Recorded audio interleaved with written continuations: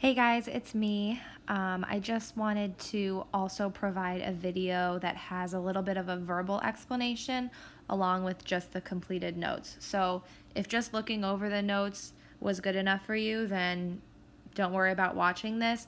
But if you're still a little bit confused about exponents and kind of want some guidance through these completed notes, that's what I'm here to do. So at the top, it just kind of defines exponents, what they are, and it gives a little bit of a visual. So if we have this entire thing, this whole thing is actually called a power. The base is raised to this little number, which is the exponent, and that means this over here. So the 3 is the number that's multiplied by itself multiple times, and the exponent tells us how many times it's multiplied, which is 2. Another example over here with variables, x to the 4th power just means x multiplied by itself 4 times. So x times x times x times x.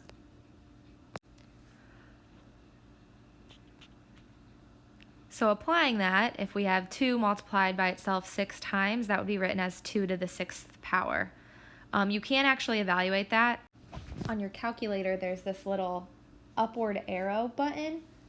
If you look at the button number 7, it's the one diagonally above it.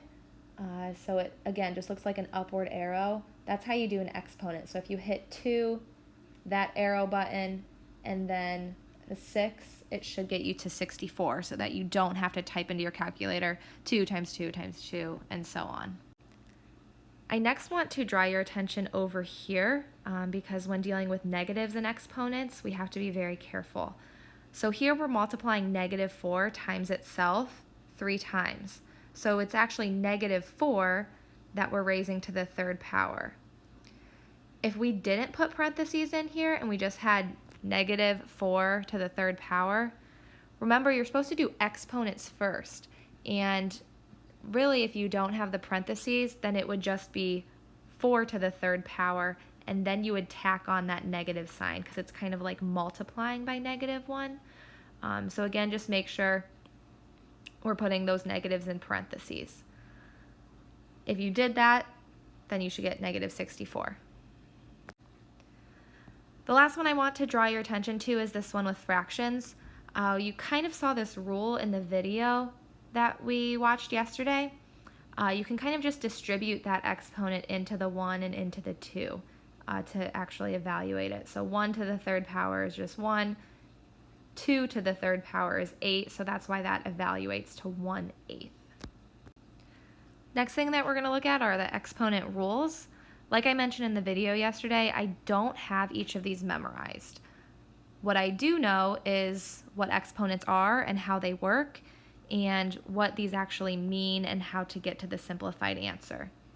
So looking at this one, when a power is raised to an exponent, you can just multiply those two exponents. So if we look at this, 2 to the 3rd power and all of that raised to the 4th power, simply you can just multiply 3 times 4 to get 12. Again, if you forget and you don't remember if you should multiply these or add these, think about what this means and expand it out. 2 to the 3rd raised to the 4th means 2 to the 3rd multiplied by itself 4 times. So 2 to the 3rd times 2 to the 3rd times 2 to the 3rd times 2 to the 3rd. And then again, think about what all of these mean. 2 to the 3rd power means 2 times 2 times 2. And again, and again, and again. So that ends up getting to be 2 multiplied by itself 12 times. Same thing for down here. The next rule is that when you have powers with the same base, you can add their exponents.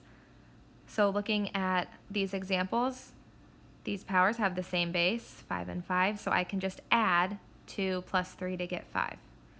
Again, I don't have this rule memorized. I just think about what each of these mean. 5 squared means 5 times 5. 5 cubed means 5 times 5 times 5. So when I multiply all of those 5s together, it's 5 to the 5th power. Same thing down here. Using the rule, I just know 6 plus 2 is 8, so I can write this as z to the 8th. But if you think about what this actually is expanded, this is z multiplied by itself 6 times, and then times 2 more. So altogether that would be z to the 8th. Next, when we're looking at powers with the same base that are being divided, we can subtract their exponents. So if we look at these, 6 to the 9th divided by 6 to the 7th, if we expand that out, it looks like this. 6 multiplied by itself 9 times, 6 multiplied by itself 7 times. Remember, 6 divided by 6 is 1, so all of those divide to 1 or cancel out, leaving us with just 2 6's being multiplied by themselves. And we know 6 times 6 can be written as 6 squared. So again, you could just simply do 9 minus 7 to get 6 squared, but all of this just kind of shows you why or how. Same thing here with x's. X to the 5th over x to the 2nd. Those cancel out, leaving us 3 x's on top, or x to the 3rd, or again, just 5 minus 2. And then lastly, if you remember from the video, a negative exponent means repeated division. Okay, a positive exponent means repeated multiplication, negative exponent, repeated division. So if we look at this example over here, 5 to the negative 2nd power kind of means 5 divided by 1 2 times, or 1 over 5 squared to get 1/25. This can get kind of confusing. So I kind of think about it as just switching its placement in the numerator or denominator.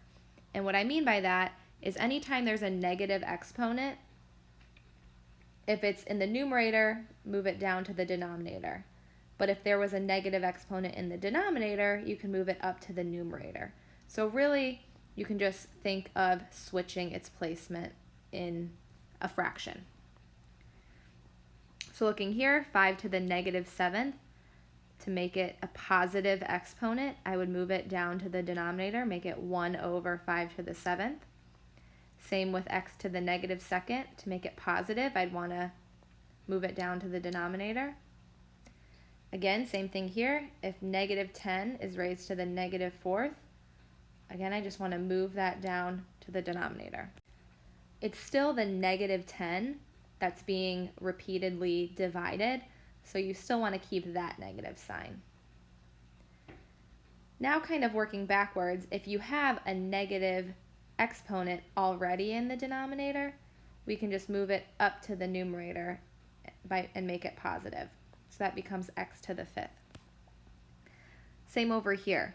If you have a negative exponent in the denominator, to make it positive, move it up with whatever is already up in the numerator. So there was already a 4, move this up there to become 4m squared.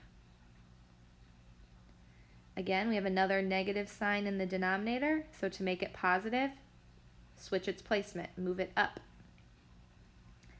I want to draw your attention to these two because they look very similar. This one just doesn't have parentheses, and this one does.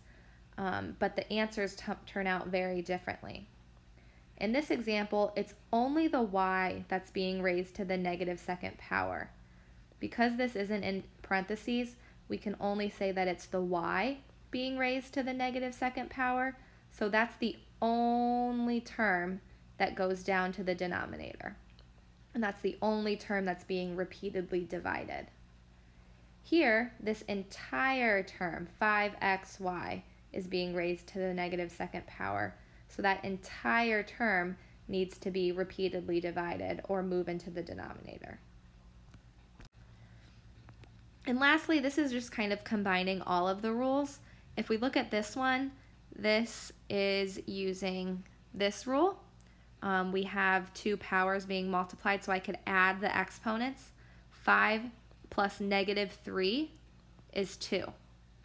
You could actually also think of it as moving this down into the denominator and making it 5 or 3 to the 5th divided by 3 to the 3rd, and you'd end up subtracting the exponents anyways and getting 3 squared.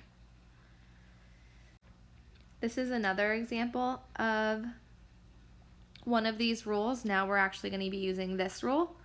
We have this power raised to an exponent, meaning we can multiply the exponents. 3 times negative 2 is negative 6, and to make it a positive exponent, we move it down to the denominator. You could have done this in any order. Because this is a negative exponent, you could have started by moving it to the denominator and having 1 over c to the 3rd power squared and then multiplying, and you would have gotten the same answer that way. Over here, this looks like this rule, where when you divide powers with the same base, you subtract the exponents. So 5 minus -1 is the same as 5 plus +1, which is 6. So this becomes x to the 6th. You could have also started by moving this x to the -1 up to the numerator to make this x to the 5th times x to the 1st. And then again, you would end up adding 5 plus 1 that way. The next one, the only thing we can do here is make this into a positive exponent. The k is the only thing being raised to the -3rd power, so the k is the only thing we move up to the numerator, making this 2k to the 3rd over 9. And this one we actually can't simplify. Exponents are dealing with multiplication, and when we throw a plus sign in there, it makes it hard for us to do any simplifying. If you think about it, you could expand this out. We'd have x times x times x times x 5 times plus x times x. And when there's an addition sign in there, there's really nothing we can do. So again, guys, I know that exponents, this is an 8th grade topic. This is a lot more challenging than some of the 7th grade topics that we've covered this year. So please, please, please ask questions if you have them. We can schedule a Google Meet if you need it, and good luck.